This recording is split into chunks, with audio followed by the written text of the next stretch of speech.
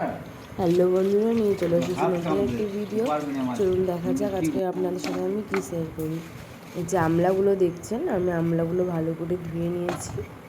আমলাগুলো ধোয়ার পর আমি দিয়ে দিয়েছি 1 কুচি আদা। এর সঙ্গে আমি হলুদটাও দিয়েছি, পর ভিডিও লাস্টে দেখতে পারবেন আপনারা। আমরা এটা স্লাইস করে কেটে নেওয়ার পর আমি এটা মিক্সিং জারে দেবো।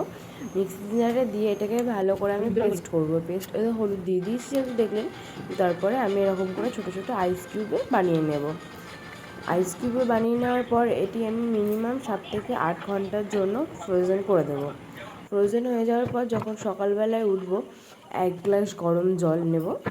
1 গ্লাস গরম জলের মধ্যে একটা আইস কিউব দিয়ে দেব। এটা আমাদের ত্বক, চুল, স্কিন সবের জন্যই ভালো। এবার এটা সবাই নিতে পারেন খালি পেটে সকালবেলায় গরম জলের সাথে। আমি রোজ প্রত্যেক দিন খাই। এটা আমার 7 দিনের একটা রুটিন ছিল। এর মধ্যে আমি খুব ভালো ফলাফল দেখতে পেয়েছি। আপনারাও খেতে পারেন, আপনাদেরও ভালো লাগবে, খেয়ে দেখবেন।